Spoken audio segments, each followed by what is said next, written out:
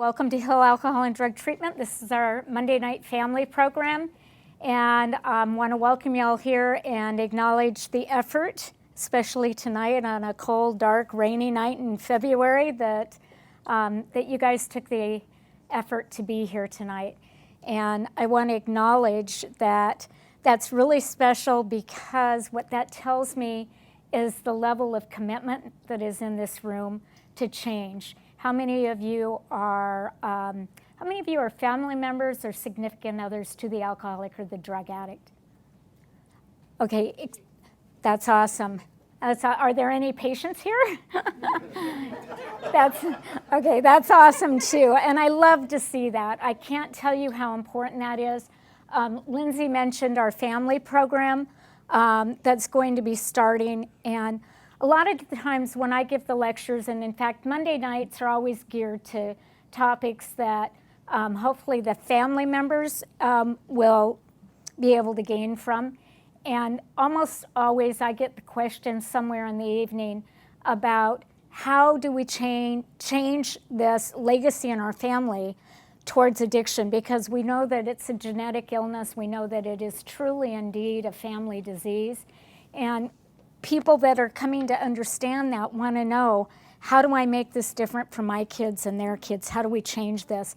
And I want to tell them that this, in my opinion, the singular most important thing you can do is exactly what you're doing here tonight, is participating in the program with your loved one. If you are the patient, being here, showing up, and getting your kids involved is extremely important.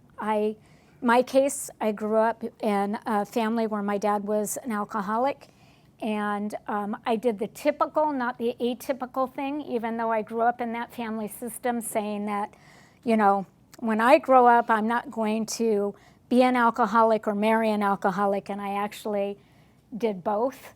Actually did it. I married two alcoholics. One was sober and one wasn't sober. Guess which one is which? Rocky's the sober one.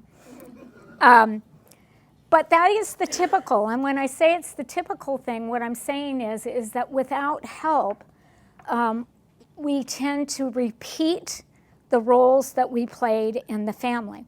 And if you're an alcoholic or drug addict and you don't get help, you don't get clean and sober, that will play out as well.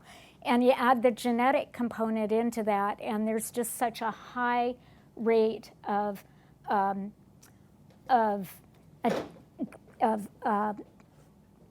coming into this disease either through relationship or through acquiring, adopting the practice of addiction on your own. So learning this, being here, tending to your own feelings, and making the changes in your own heart in the way that you can is the single most important thing that you can do in your family to change the legacy. Okay, so that being said, tonight's lecture is another fun one. And tonight's lecture is on codependency. Oh my gosh, I should do a marker check before I start this. Codependency.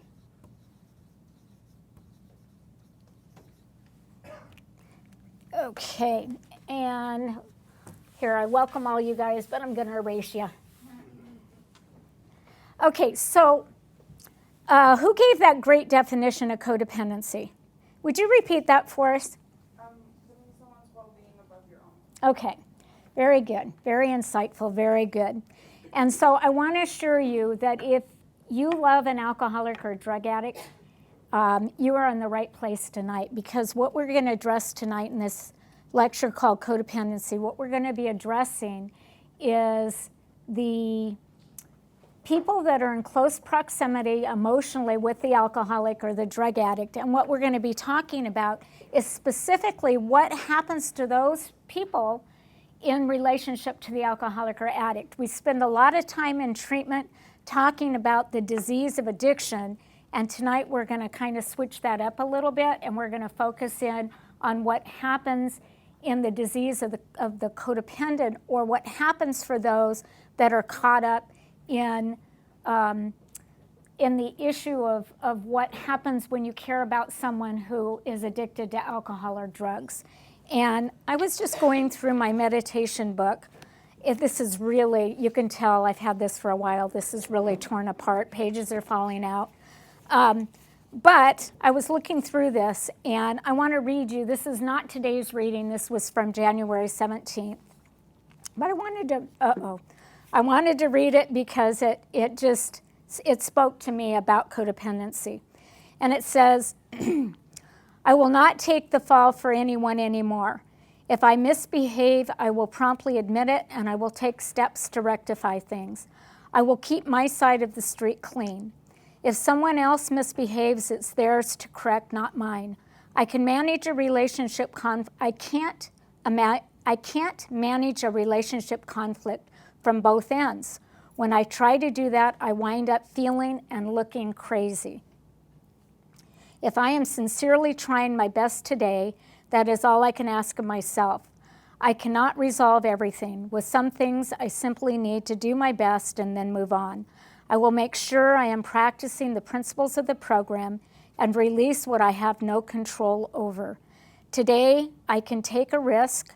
I can do what I thought yesterday would be too much for me to do, and I can try new things knowing that my growth is in the doing, not in the result. And then I let go of control over people, places, and things and keep the focus on myself.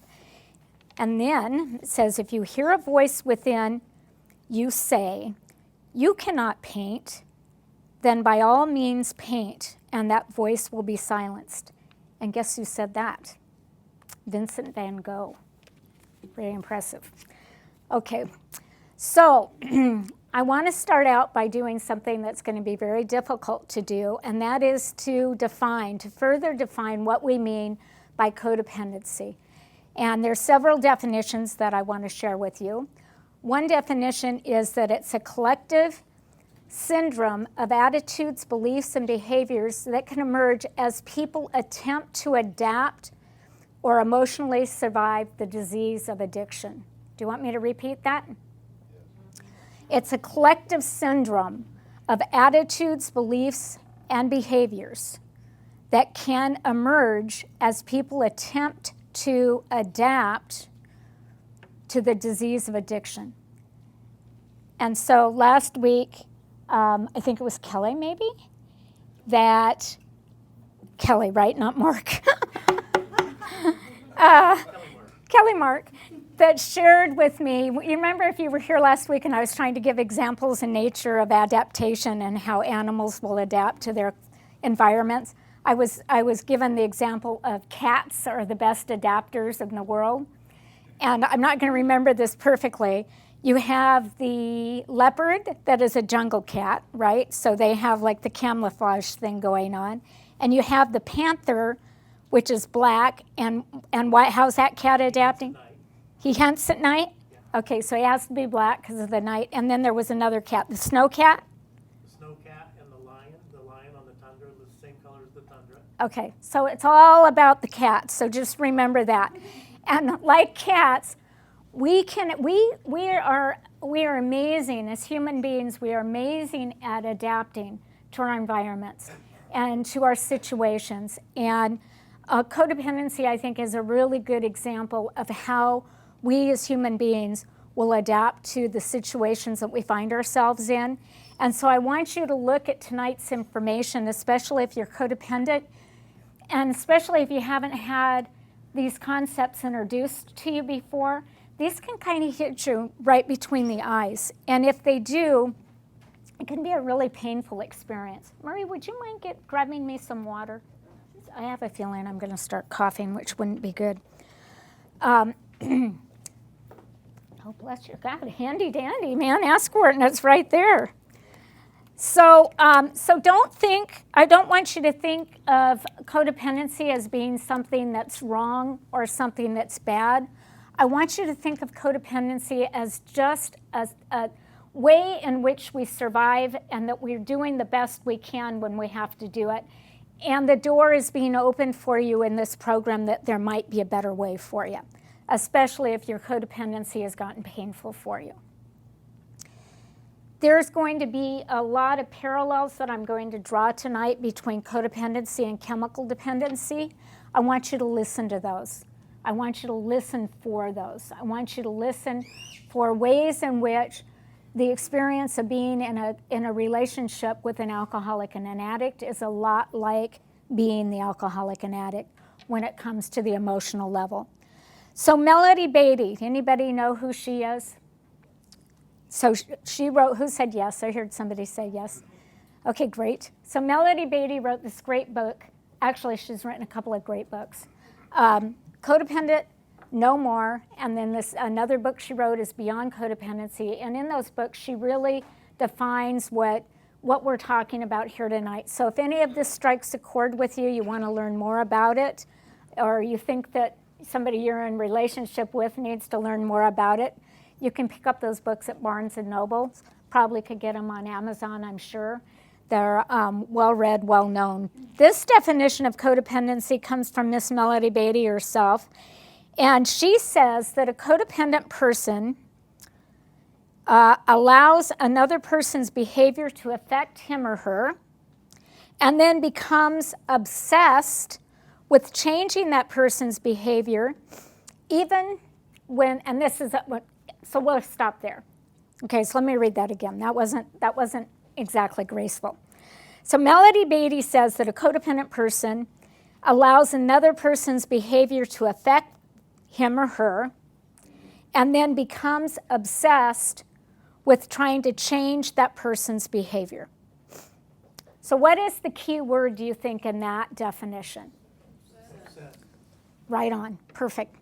Yeah, the key word is obsessed, and I'm going to add to her definition that a codependent does that even when their own personal history says that that doesn't work.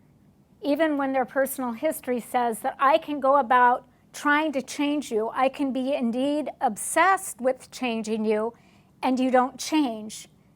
And the other thing that doesn't change is my attempts of continually trying to manipulate and motivate you to change, and driving myself probably crazy in that process. Here's another definition for you.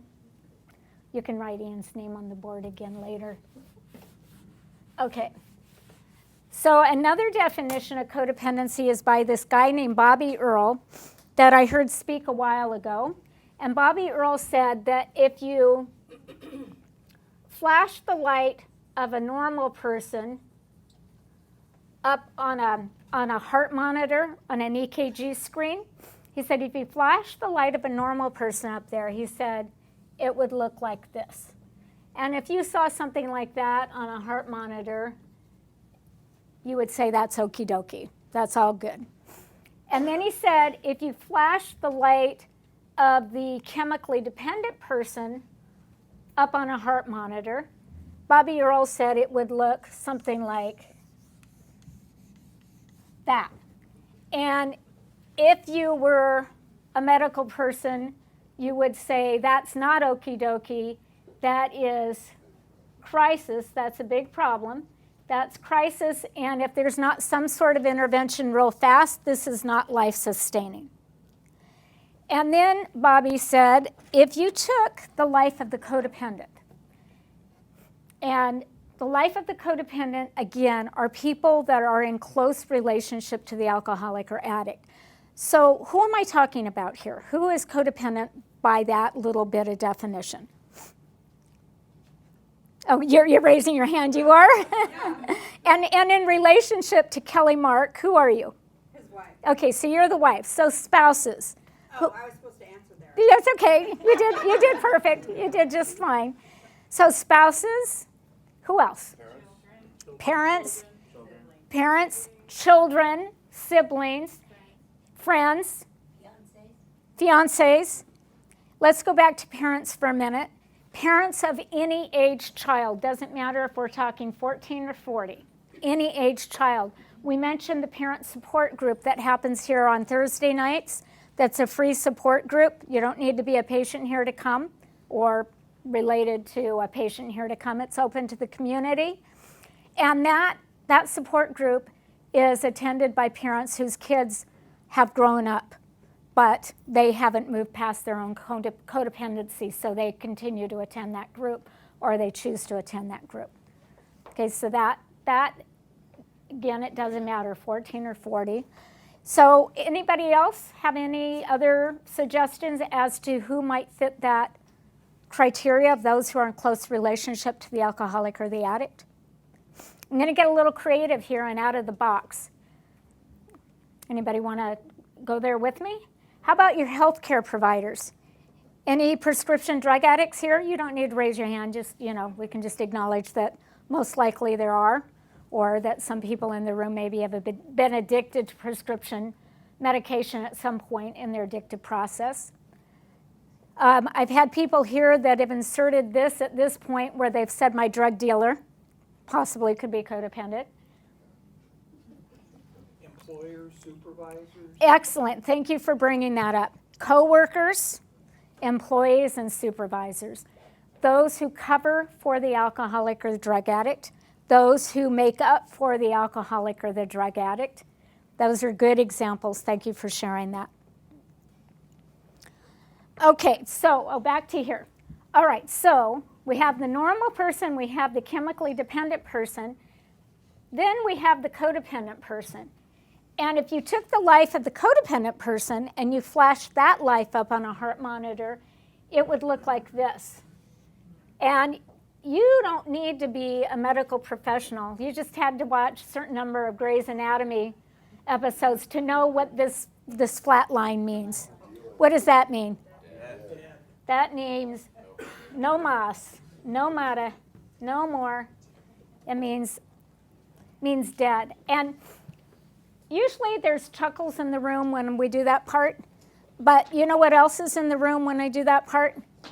The codependents getting kind of a pained look on their face. If you've lived this straight line as a codependent, you know what that straight line means. And what that straight line means, this is normal. We have the normal up and downs that go with being alive. This is addiction, and you know what this means, right? It means that stuff we talked about last week. We mean that life is unpredictable, if not outwardly, at least inwardly. It's up and down. It's chaotic, it's unmanageable. So codependency, this straight line, means that one of the ways that codependents will adapt to addiction, be it drug, alcohol, whatever it is, it doesn't matter. When you hear me say alcohol, insert drug. When you hear me say drug, insert alcohol. It's all the same for the purpose of this lecture. The straight line means that the way I've learned to adapt in this relationship is to go emotionally numb, is to just not feel, just get by, just do what I need to do today to survive. And part of me dies in that process. Part of me just kind of dries up and goes away. So we also talk about codependency, and this is probably the big, broad definition of codependency, is loss of genuine self. That is the true byproduct, the true cost of being codependent. It's loss of genuine self. Okay, so that straight line is a freezing or numbing of feelings. Codependency is marked by the same denial, the same delusion as addiction, and will follow the same predictable path, which is, if we talk about addiction being a downward spiral, what do you think codependency is? Yep, same thing. So we all know that I'm not an artist. I shouldn't even try. But this is the downward spiral. That wasn't too bad, actually, huh? Quick question. That bottom line, if they were truly codependent, wouldn't that almost mirror the chemically dependent, we'll just say, person or addict or alcoholic, as opposed to numbing out? I Because think, a lot of the times, I know I've given birth to two of them. yeah, so you're the expert. You are an expert. Familiar. I know that they a lot of times want to take me on that, where I have to say, Right.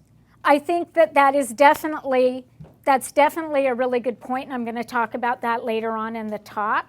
I think that's a really good point. I think that maybe one way to look at it, and please keep in mind as we share this information, it's really complex, and there is no one size fits all, even at any given point in time.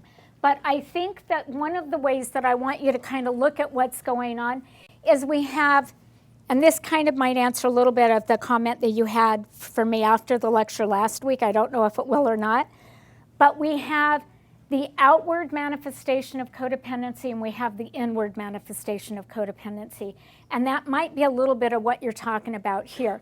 Because even in that acute craziness, when we are mirroring what the alcoholic addict is doing, there's also that piece of us that also just kind of goes numb and goes dry, and that might be episodic, followed then by the flatness of it all, right? So we'll see as I talk if we cover that, because I think it's a really good, valuable point. It would be, on some level, it would be maybe a blessing if we could just numb out all the time, but we don't, right? We don't. All right, so marked by the same denial, the same delusion, and we'll follow the same predictable course. So if the predictable course of an alcoholic and an addict is downward, what are some of the symptoms that an alcoholic or drug addict would have when they're getting down this spiral here, when they're approaching bottom or they hit bottom? How would you know that if we were talking about the alcoholic or the drug addict? What's that? Poor me syndrome. Yeah. Now, I've been talking, definitely for the alcoholic and addict, we're going to have that. Isolation, that's a good one. Depression. And think of some of the things that get you into treatment. We call them the precipitating event for the alcoholic or the addict. What got you here? DUIs. Overdoses, not being able to keep a job, can't function. Okay, thank you. So I want you to look at this. And this is maybe a little bit startling, but I want you to consider this. Is all of the things that we just said are signs and symptoms of the alcoholic spiraling out of control in a gravity-prone way. I want you to look at that being the same thing that the codependent can go through as they spiral downward also. And I'll share with you that I have been recovering from my codependency longer than I've been recovering from my alcoholism, and I celebrated 34 years of of not drinking on January 1st. So I know right now you guys are going, well, how old is this? How old is this woman? I'm really old. I'm really, truly, seriously old. And I can tell you, besides being really old, that for me personally, my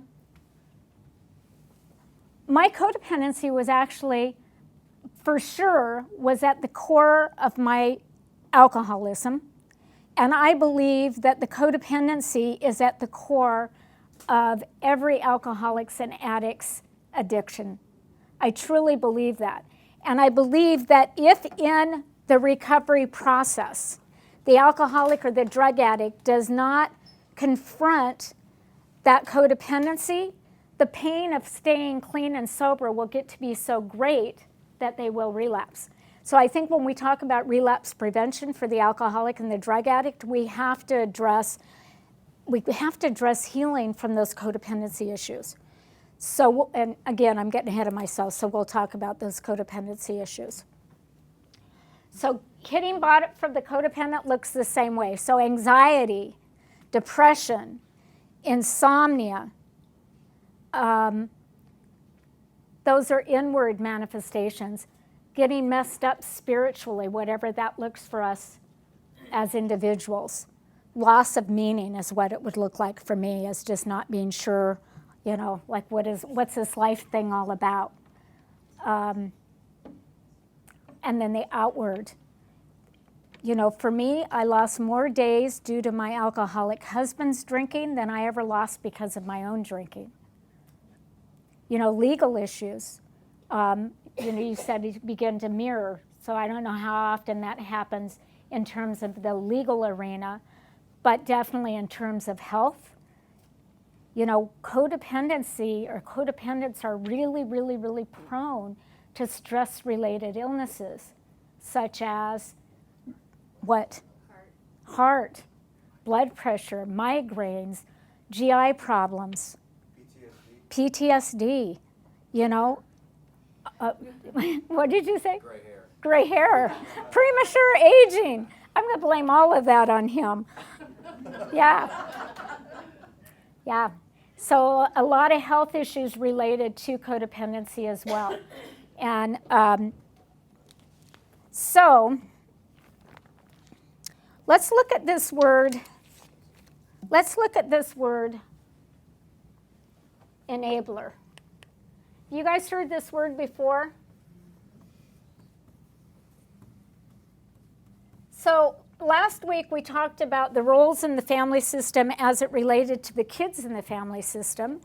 So if we were extending that lecture last week, this is another role in the family system, only sometimes we're talking about that hero role. It's kind of like another way that they describe the hero is the little enabler, right? So the enabler is the person that is closest to the alcoholic or drug addict that basically enables them to continue to drink or use. Now, if you're like I am, the first time that was suggested to me, I didn't just get a little bit angry. I got downright pissed. I got really, really, really angry. I was at an Al-Anon meeting only because it was suggested so many times that I go. I was at an Al-Anon meeting, and I heard them talking about the enabler, and I heard it explained to me that way. And what went through my mind is, you have no idea what I have gone through and what I go through to try to get this person to not drink. So I felt very insulted by that. It hurt my feelings. And so let's talk about that little bit, and let's look at that definition of the enabler as being the person that enables the alcoholic or the drug addict to quit, to continue their drinking and using. So the enabling behavior that I want to use as an example here is and I'm going to be talking a lot tonight from the perspective of the spouse, but please know, with a little creative jostling, you can make these examples work, whether you're a parent, and again, of any age child, or a best friend. All of this all the concepts are the same. But for the example of the enabler, I'm going to use the spouse, and I'm going to use the example of the alcoholic or the drug addict being out late, like really late, drinking, and they come home late, and no, scratch all that. I'm confusing myself. Scratch all that. Make all that go away. The enabler, let's use another example. The enabler is the person an example being that they throw away the alcohol for the addict or the alcoholic. And what are they thinking as they're dumping that bottle of alcohol? That's what the alcoholic's thinking. What is the enabler thinking? They also might be thinking that, but what are they hoping? They're thinking, or they're hoping in that moment, in that pour away moment, they're hoping that that's going to make them change, that's going to slow them down, that's going to create that moment of clarity for them. So it makes more sense to let them be drunk? No, does not make more sense at all, sweetie. It's not about what makes more sense. It's just a symptom of what's happening. It's that futile attempt to try to control something that's not really controllable. Okay? So what the enabler is actually about is it's softening the natural, and let me underline that, the natural consequences of the drinking or using behavior. So the enabler is stepping in, and actually the example I was on my way to give you actually does fit here, which is if the alcoholic is out late, really late at night, the codependent probably is not sleeping real well, right? Are we in agreement on that? It's probably not sleeping real well. And why aren't you sleeping really well? Worried. You're worried. Are they going to come home? Are they safe? Are they dead on the side of the road? Are they alive? Right? And so when they do get home, you don't know whether you're going to greet them with a hug or a kiss or you're going to punch them out, right? And so the alcoholic or the drug addict can pass out. They can go to sleep, depending on their substances. Definitely if it's alcohol, they're going to go right to sleep. The codependent probably isn't going to go back to sleep very well. And the alarm's going to go off for the alcoholic to get up and go to work at what time? What time? Say 6 o'clock? And is the alcoholic responding to that? Are they getting up and going anywhere? No, because they were out partying, right? And so the codependent gets up and they do something. They call into work. And what do they say? And what's wrong with them? And you guys, I have done this lecture, honest to God, I got to tell you this.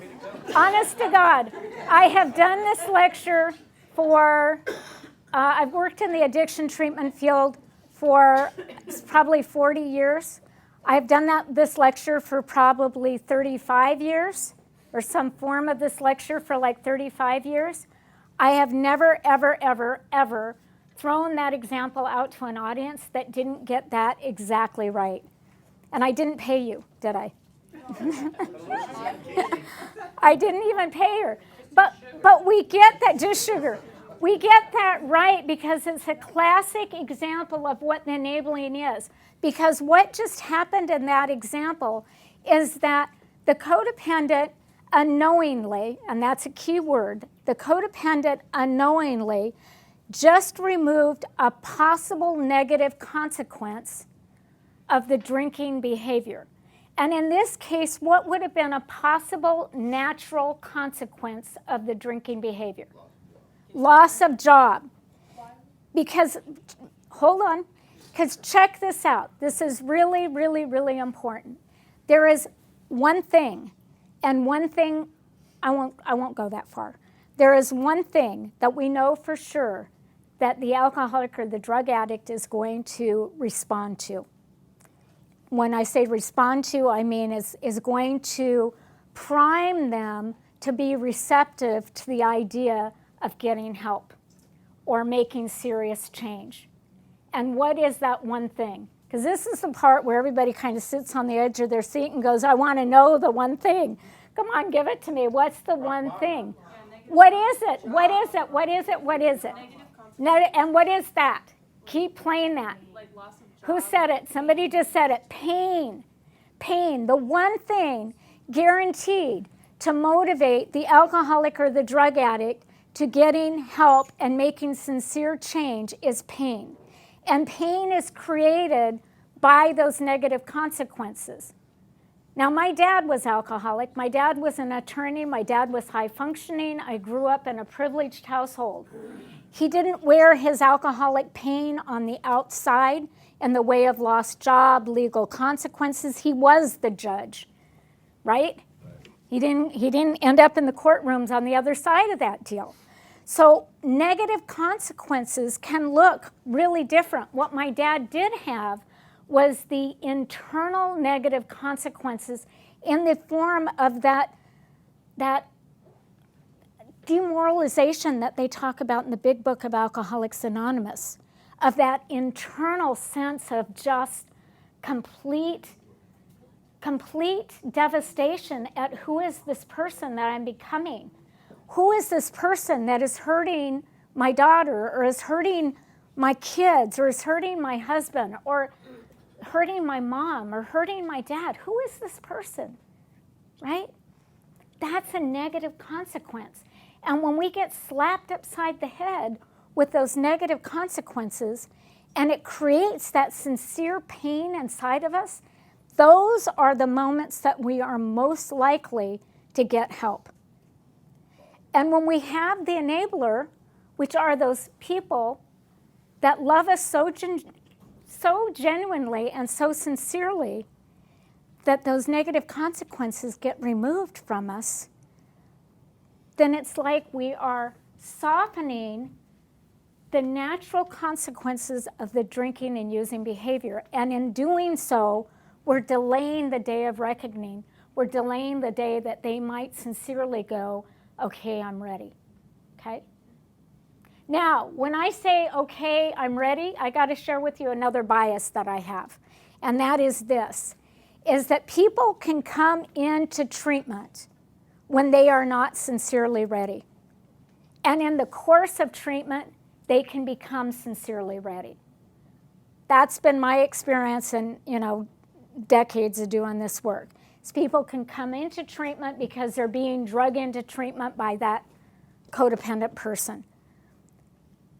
But you can't stay sober based on somebody else's desire for you, right? You can get sober, you can get into treatment based on somebody else's desire. It may catch, it may not catch. You can't stay sober on somebody else's desire for you.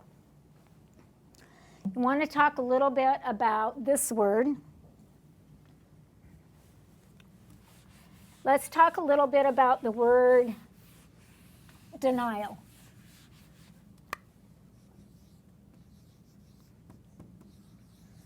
Okay, so what we know is that denial is a part of the disease of every, I hate that word every, because as soon as I say every, I'm a liar.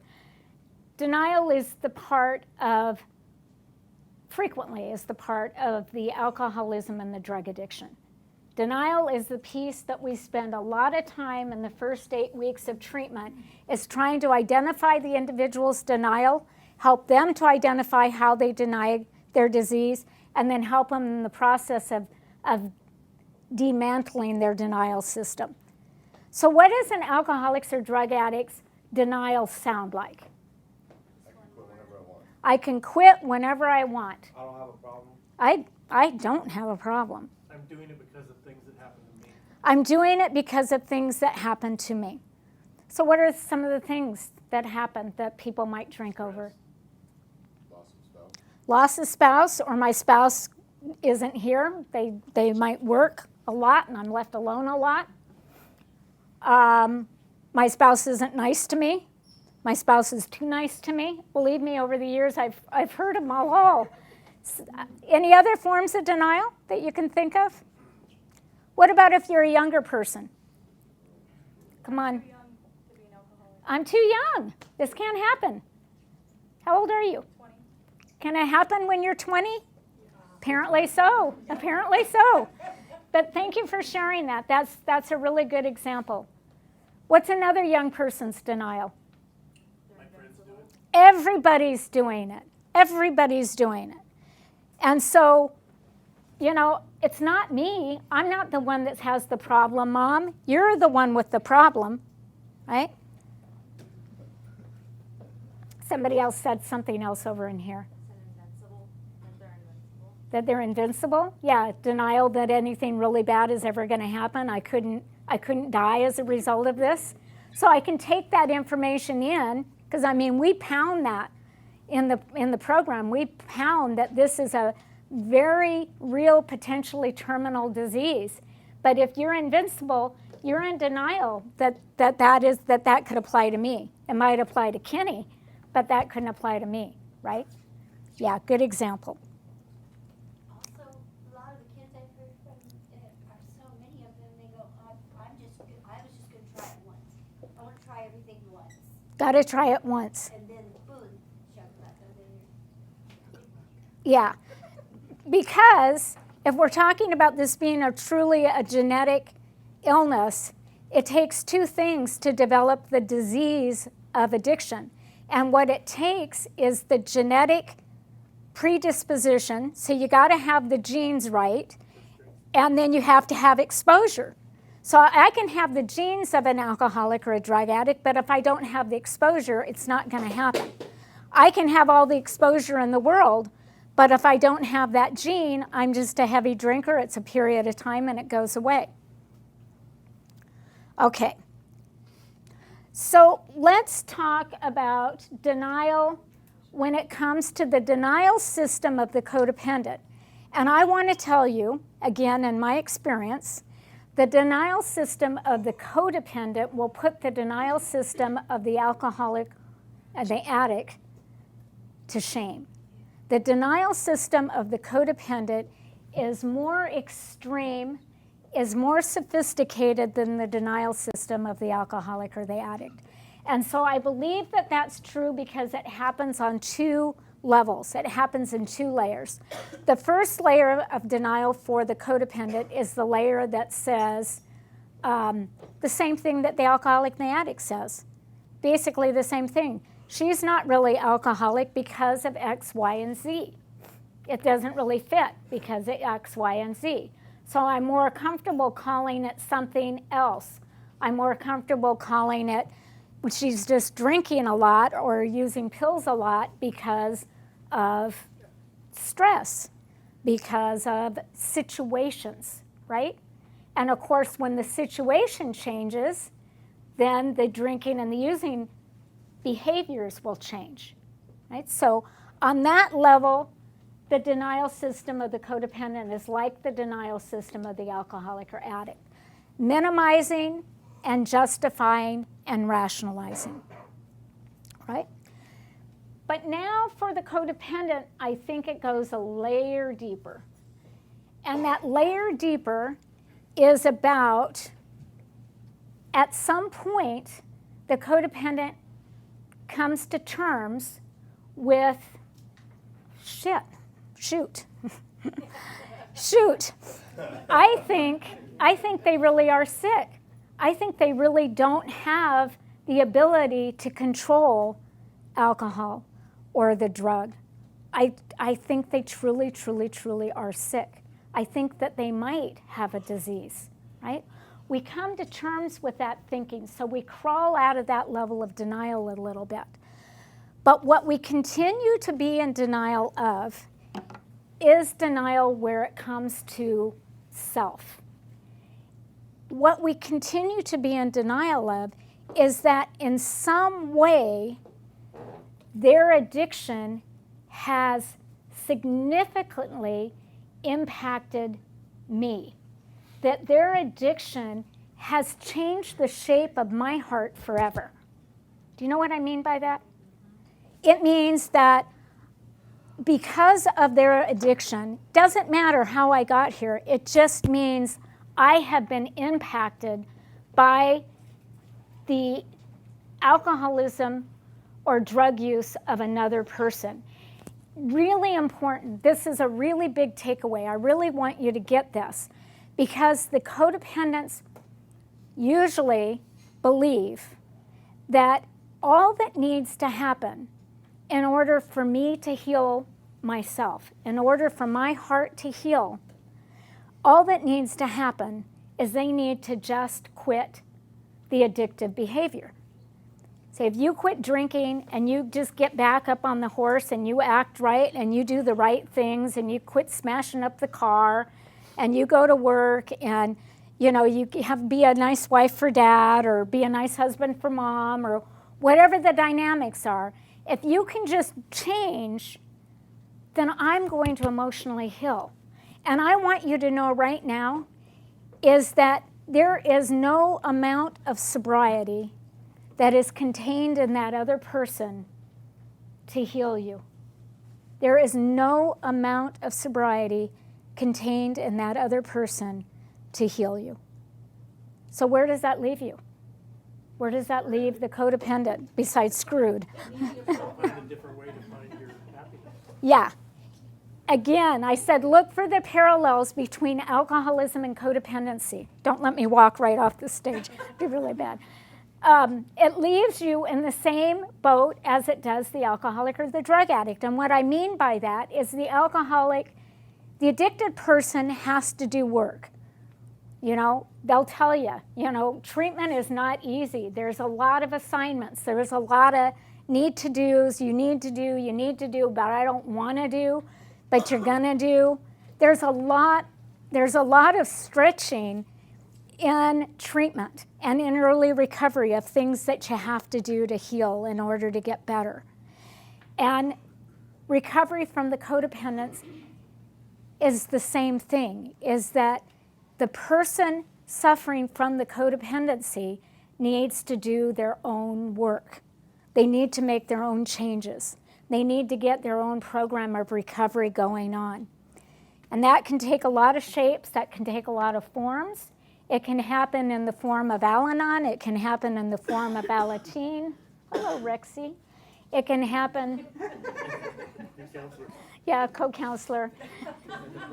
It can happen for some people in church groups. It can happen in therapy. It can happen by just opening up to a close friend, maybe. But it has to happen where the codependent person starts telling the truth about themselves and what's truly going on. Okay, so what happened to the eraser? So I want to talk about typical behavior patterns for the codependent as things go along. So as the chemical dependency is progressing, I want to talk about what is happening for the codependent as the addiction progresses. So these are the behavior patterns for the codependent. And the first one I want to mention is compulsive behaviors.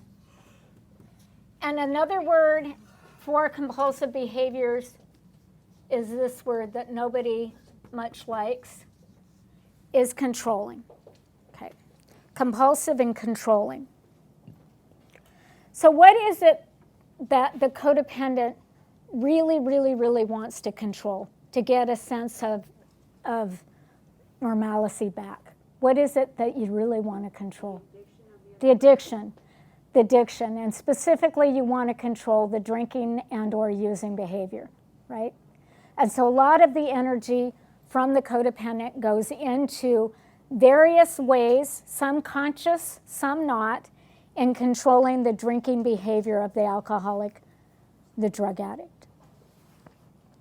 Okay, so let's talk about some of the ways that we go about trying to change the drinking or the using. So what are some of the things that you do? What is the obvious? Pour it out. Pour it out, get rid of it. If it's a substance, what do you do with the substance? Flush it down the toilet. Sometimes we have people that bring the substance here, like a concerned family member, like a mom, will bring this stuff in and they'll lay it out and go, here it is. And we go, well, but don't bring it here. Don't bring it here. This is not a safe place for that. You don't want to bring that here. But why do you do that? Why do they do that? Because why?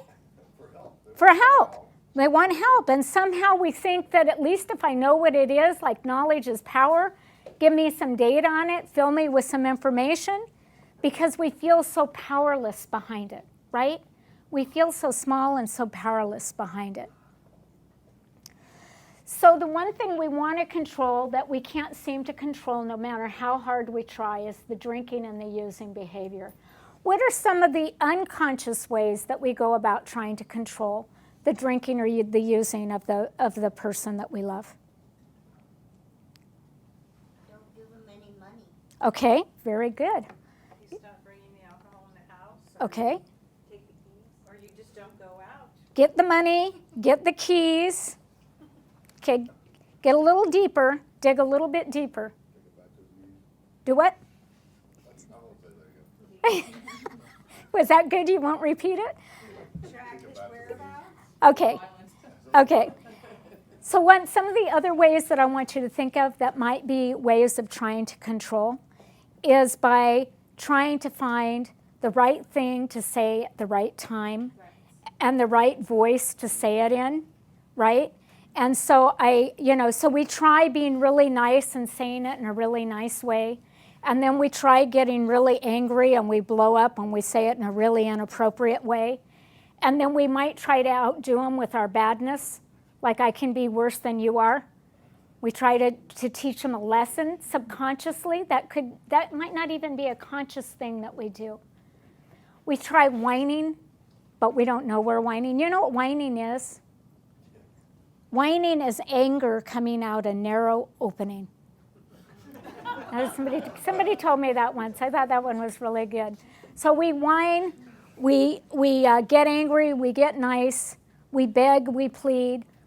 We make ultimatums. So what's an example of an ultimatum? What does an ultimatum sound like? If you don't quit drinking, I'm out of divorce. If you don't quit drinking, I'm out of here. Or if you don't quit drinking, you're out of here. What else does an ultimatum sound like? Any other examples? Like a kid, you kick the kid out of the house. Kick you out. If it's a kid, yeah. I'm going to kick you out. And sometimes they do. But they usually come back. I'm going to tell everybody, like your worst nightmare. Whatever your worst nightmare is, I'm going to figure it out and I'm going to do that thing. Right? Okay. So those are all really good examples of overt and covert ways of how we try to control. All right. So the codependency, and this is where we get a little bit deeper with this stuff. The codependency is bigger than the alcohol and the drugs.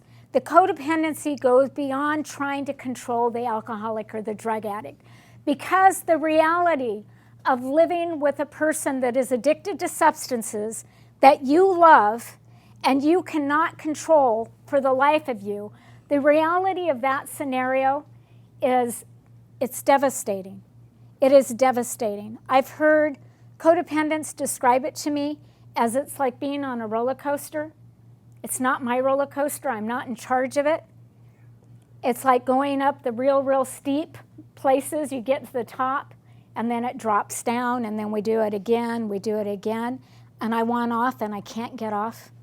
It's like, I've had somebody describe it to me, is like living with a cloud of impending doom, like this knowing in your gut that something bad is going to happen, but not knowing what, not knowing when, not knowing where, not knowing how to stop it. So lots of anxiety that goes with loving an alcoholic or a drug addict that isn't wanting to get clean and sober. And so knowing that anxiety is there, what I want you to know is that control, this word control. Any of you know somebody who is super controlling? I'm not talking about a little controlling. I'm talking about super controlling. Who said me? It wasn't you. Did you say you? Thought that was my daughter. Yeah, I am. You thought it. Okay, what I want you especially to know about that person that you know that's super controlling is that what is behind the control is fear. Control is a response to fear. I want you to understand that. Because you're going to see that controlling person and you're going to see anything but a fear-based person most often. You're going to see a person that is got life by the ass. You're going to see a person that can manage and control a corporation. You're going to see a person that has a can-do, gotta-do, whip it into shape kind of person. You're not going to see oh shoot, I'm so nervous with this thing being taped because I can't use all my you're not going to see a pussy. You're not going to see a lightweight. You're not going to see a wimp. You're going to see a strong, powerful individual. So even seeing that, I still want you to know that underneath all of that, you still have a person that's full of fear. And what you're seeing on that exterior veneer is just that person that we present to the world. That in itself is another defense mechanism. It's what we allow the world to oftentimes see and to know, and what we come and want to see and know about ourselves, right? So we become controlling in ways bigger than the addiction.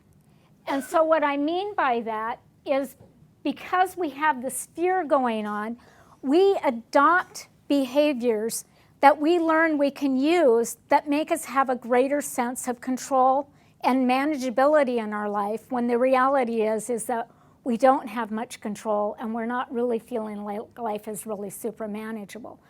So for instance on that is that codependents sometimes become terrific list makers.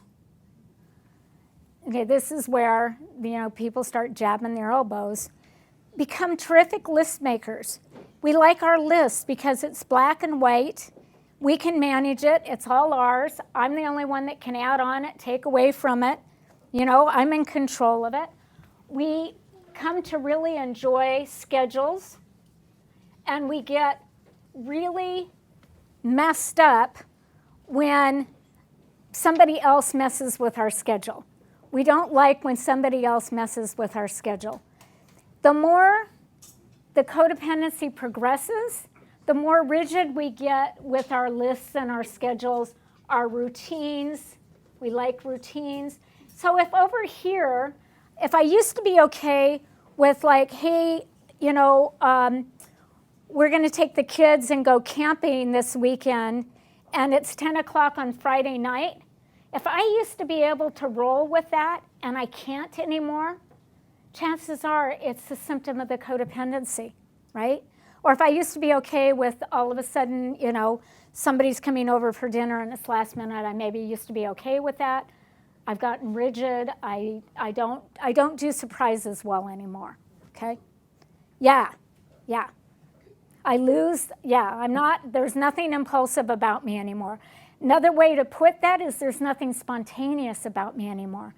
And when we lose spontaneity, definitely a symptom of becoming fear-driven.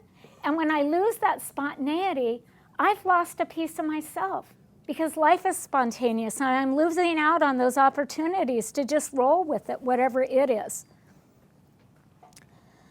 Okay, so that's a symptom. Another one is the codependent might get a little self-righteous.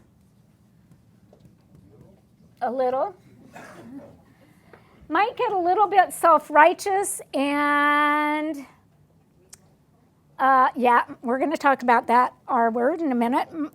We start viewing the world as black and white, and we start viewing people in our world as right or wrong. And usually, I'm right and you're wrong. We start seeing our world in shades of black and white, and we start losing the ability to navigate the gray.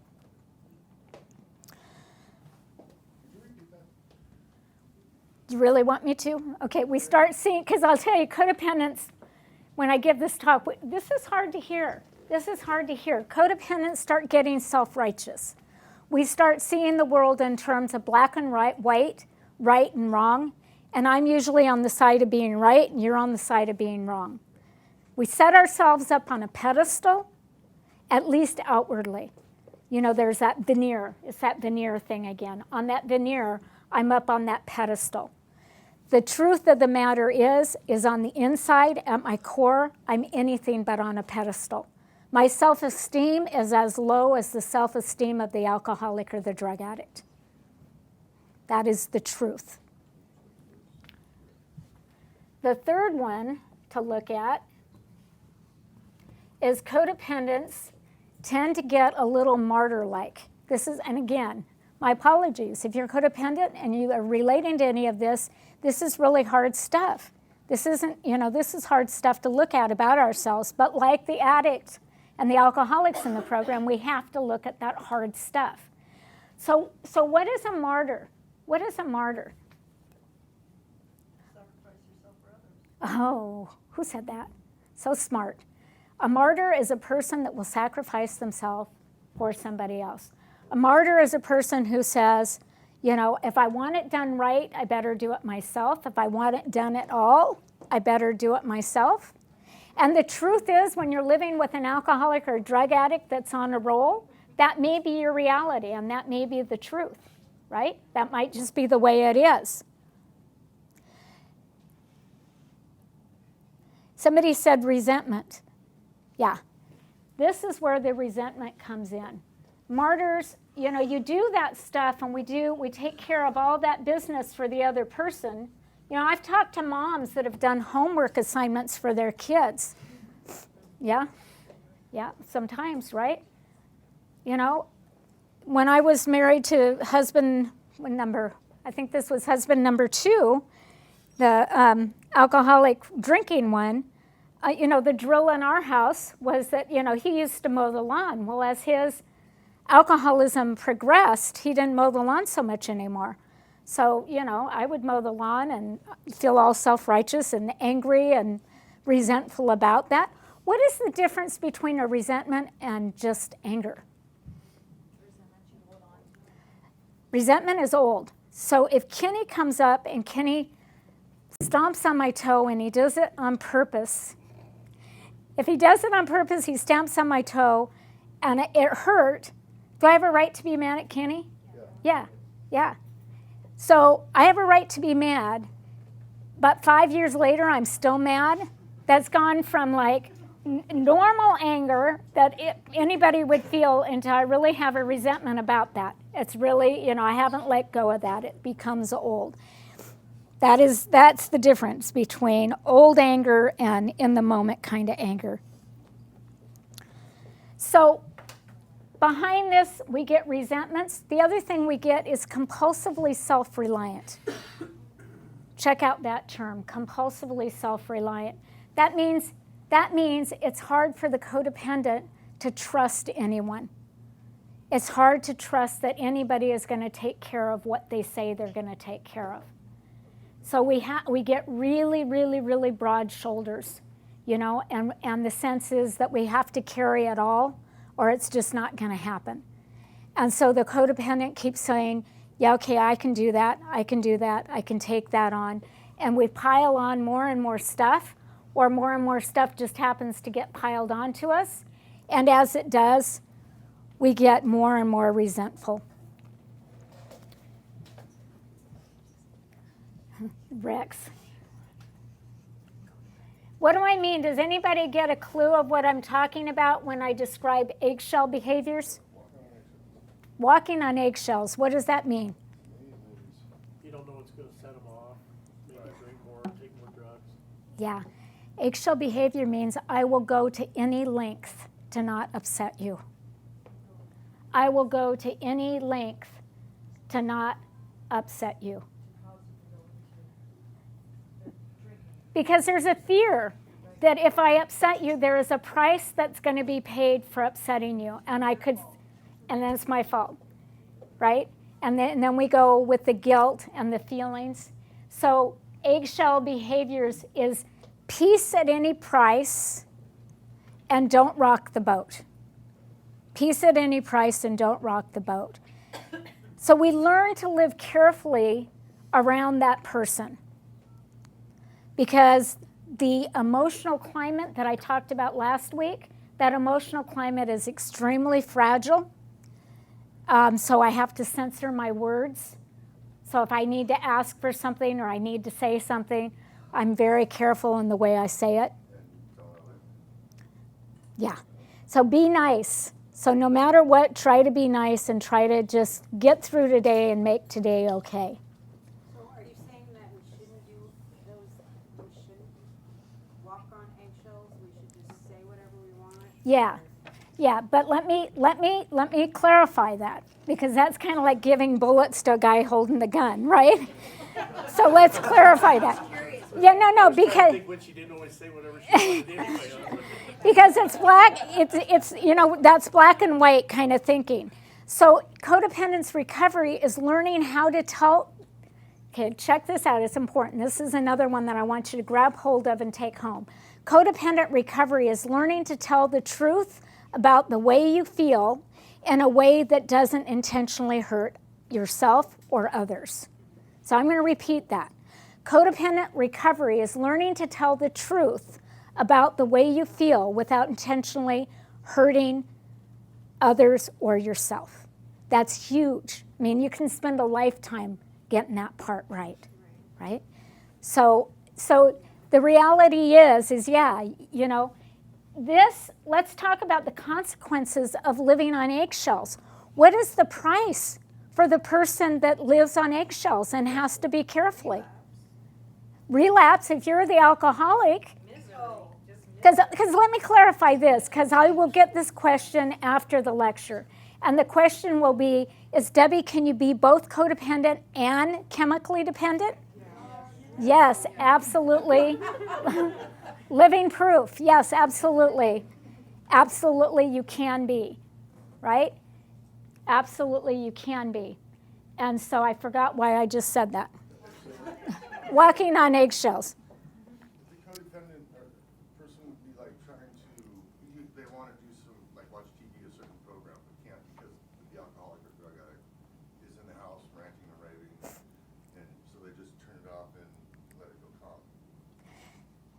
So again, it's learning. It's learning that maybe right now, because maybe they've been drinking and they're under the influence, now is not a good time to argue about what TV program's going to be on, right? So codependent recovery is learning when I walk away and when I sit down and I engage in truth-telling, right? So we learn how to discern. We learn how to discern. We learn how to control our own impulse to say or do that thing that we know is going to piss them off and cause a problem. It's not easy. We learn just like the alcoholic or the addict learns, I've got to get a sponsor. I've got to get a connection of people that understand this disease and what I'm going through. So when I'm in that moment, instead of engaging with you, when everything in me wants to, I learn how to call that other person and go, you know, here's what's going on for me. And I can get talked down out of the tree. Because when you're at the peak of codependency, you cannot trust your brain to talk you down out of that tree. You got to get that sanity in that moment from another person. Okay. So consequences of the eggshell behavior is that it takes enormous amount of energy to live on eggshells. It takes enormous amount of being hypervigilant to live on eggshells. You know, I learned when I was a kid living without alcoholic father, I learned to read how I could walk in the front door and I could tell you whether or not my dad had been drinking. You know? Today I can walk into a room of 100 people and I can tell if there's one person in the room that doesn't like me, and I'm going to focus on that one person. We become really super hypersensitive, which is not an all bad thing. You know, we become very, very, very sensitive. But living on eggshells and living that way, where we're always reading between the line and we're reading the environment and we're reading situations hypervigilantly is exhausting.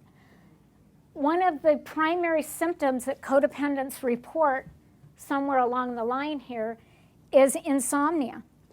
Any codependents here that have trouble sleeping? Yeah. Okay, so let me just say something real quick on that. This is a Debbie Hill theory about that. And the Debbie Hill theory about that is that when you get into that hypervigilance mode and you're always having to be on and figuring out the environment and what's happening, or are they sober, are they safe, you know, getting into all of that, our bodies go on overdrive. Our minds go on overdrive. Falling asleep is like the peak of being out of control. So if you think about it, especially if your pattern of insomnia is the minute I go to sleep, I start falling asleep, I wake myself back up, it's because you don't want to drop off that cliff of being out of control. It's like that inner codependent is keeping that from happening. Okay, so symptom 5 is unpredictable blow-ups, which I think is a symptom of all this other stuff put together. Unpredictable blow-ups. So the reality is that the event that happens is this big, it's this big, but my response to it is this big. When our response to a situation becomes more and more out of proportion to what is really going on, there's a chance that we're going to hit that point of having that unpredictable blow up. So I'll give you an example of what that was like for me. It was with that drinking husband. And when we were in let's see what stage we were in. When I was trying to control his drinking, we were in the stage where we were both kind of smart. And he knew he was an alcoholic. He was through his own denial. He knew he was an alcoholic, didn't want to do anything about it, but he could say, I'm an alcoholic. And so one morning I had the bright idea to do this when he was sober, and I said, look, how about if we make a deal? Because this guy was good for a fifth a day, 7 days a week. So I said, how about if we make a deal? What if you drank all you wanted to drink? Drink to your heart's content on Mondays, Wednesdays, and Fridays. And my part of the bargain is I'm not gonna look for you. I'm not gonna call our friends about you. I'm not going to call the bars and inquire if you're there. You have my blessings. Drink all you want to drink on Mondays, Wednesdays, and the weekend. I mean, Monday, Wednesdays, and Fridays. Drink all you want to drink. But on Tuesdays, Thursdays, and the weekend, you can't drink at all. Absolutely sober. So he looked at me and he said, Debbie, can you really do that? Can you really not go out looking for me and call everybody and be waiting up for me? And I said, yeah, I can really do that. I said, can you really do that? He said, if you can do your part, I can do my part. I'll stay completely sober on Tuesday, Thursdays, and the weekend. Notice I got 4 days. He only got 3. Yeah. So the first drinking day rolled around, and he did really, really, really good. He kept his end of the bargain. He did great. However, the first non-drinking day rolled around, and he didn't come home. And if you're codependent, you know what it's like to watch a clock and they don't come home if they're a bar drinker or, or a person that they do their stuff somewhere else. So I'm watching the clock and he's not coming home. And so in my mind, I'm feeling like I know where he is, And so he walked in. The reality is he was about 20 minutes late. But in my mind, he was way later than that. And I was standing in my kitchen, and there was a pair of plaster Paris yamas on the counter. And I had not been a person to throw things, had not been. But he walked in, and I picked up one of the plaster Paris yamas, and I took careful aim at his head, and I threw it as hard as I could, and he ducked, and it missed, and it crumbled. I found out plaster Paris crumbles. It crumbled all over the floor.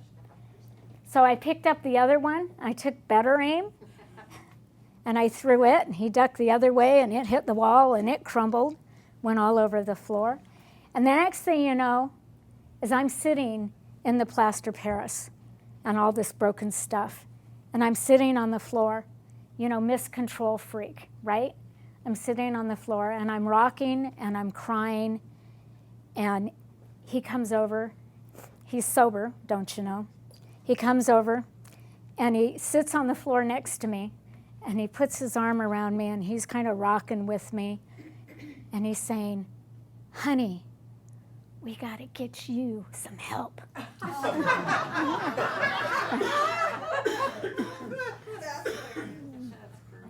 I'm going, yeah. It's like there's a part of my mind that knew he was right, but there was that other part of my mind that goes, I know there's more to this picture, but I can't think of what it is. So these are the unpredictable blow-ups. And as the codependency progresses, we have all of this anger and this rage and this resentment and this fear and all of the stuff that just keeps building and building and building up inside. And, the time comes that we can't hold it in, and it just goes spewing all over the place. Can't tell you how many times we've had people come in and something comes up about domestic violence, and it's not the alcoholic or the addict that talks about it. It's the codependent that says, yeah, I hit him, or yeah, I've gotten out of control, or, So it's a result of all of that. And Aaron's looking at me, so I got to tell the truth on myself. I still am a thrower. I still there was an incident with a water bottle not too long ago. If Rocky was here, he'd tell you about it. I swear I was not aiming at his head. I could not have hit his head if I tried. But I did throw the water bottle, and it did inadvertently. I sound like a husband beater, but it did. It hit him between the eyes. Who knew that it was going to do that?